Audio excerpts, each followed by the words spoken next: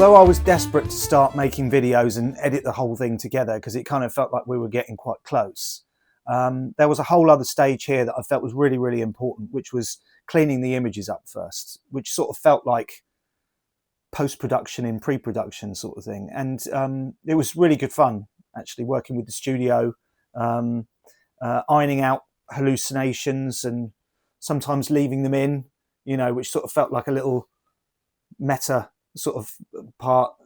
You know, everything that was in there is sort of intentional, really. Adding in a few Easter eggs here and there. You know, number plates got proper letters and numbers, and shops got signs, and signs got signs, and teeth got straightened. I did try to, I wanted to keep it as authentic as possible. You know, there wasn't like any head swapping or heavy compositing or anything like that, but just with a few exceptions. Those exceptions were some of my favorite bits in the end, actually, because we sort of made some of the scenes look like it was quite hokey special effects, deliberately imperfect. And that's kind of what I wanted to be, and what I really loved about it, because, you know, the deal is with AI is that you can make everything look real. That's the, you know, don't show that to mum, she'll think it's real, sort of thing. But in making everything too perfect, it kind of would have killed the aesthetic. We wanted to pretend that this was like a real film with real stuff. So leaving the scenes showing actually made it feel more in-world.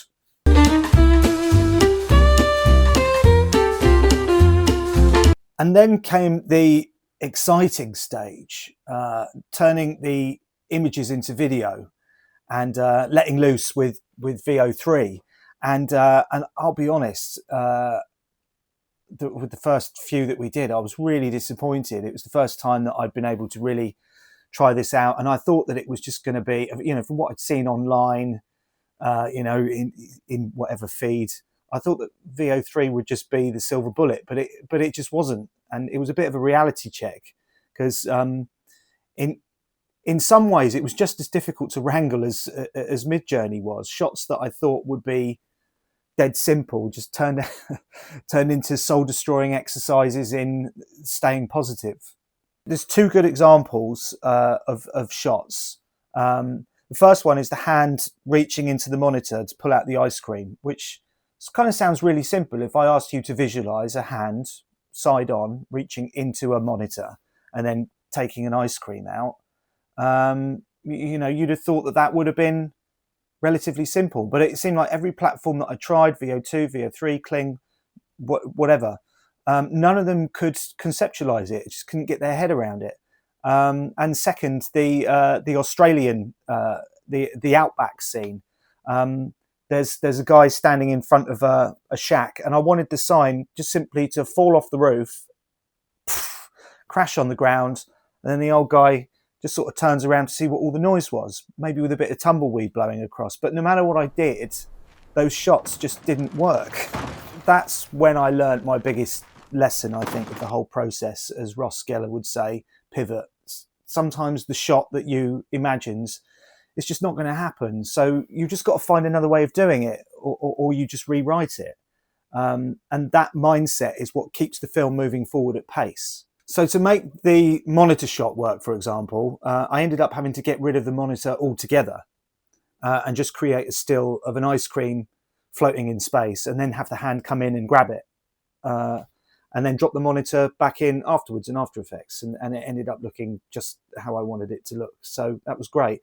And for the outback scene, that was a bit different because it wasn't an After Effects thing. It was just coming up with a different idea. In this case, having a kangaroo hop in and then the guy just turning around to look at it, and the timing on it was absolutely perfect, and it worked great, the tone and everything. So it's, again, this notion of adaptive direction, it's crucial for this type of work right now. And you know, if you've got a director who insists that the sign must fall off the roof, or, you know, it's got to have the monitor in there and you've got to make it work, I think anyway that you're just going to hit a wall. You do need to have that flexibility. And anyway, luckily I was the director for this, so that was my decision. I was looking forward to the edit most of all for this, you know, as I think most people would be. And it came together so easily. Everything just worked. Even the title cards, which were generated in ChatGPT, everything just slotted straight in. A little bit of After Effects polish here and there to get things going. And the whole thing clicked into place in a really, really satisfying way.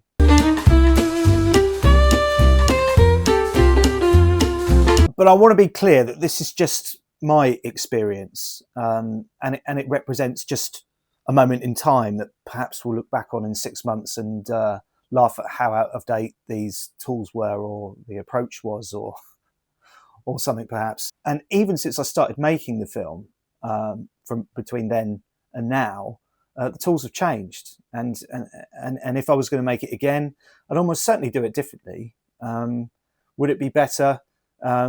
Perhaps in terms of the quality of the execution, the process would still be the same.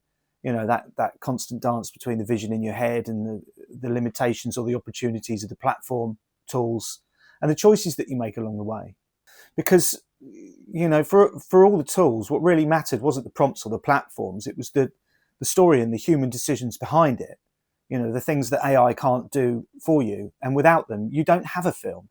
You just have fragments. You have an amazing 8-second showcase for what AI can do.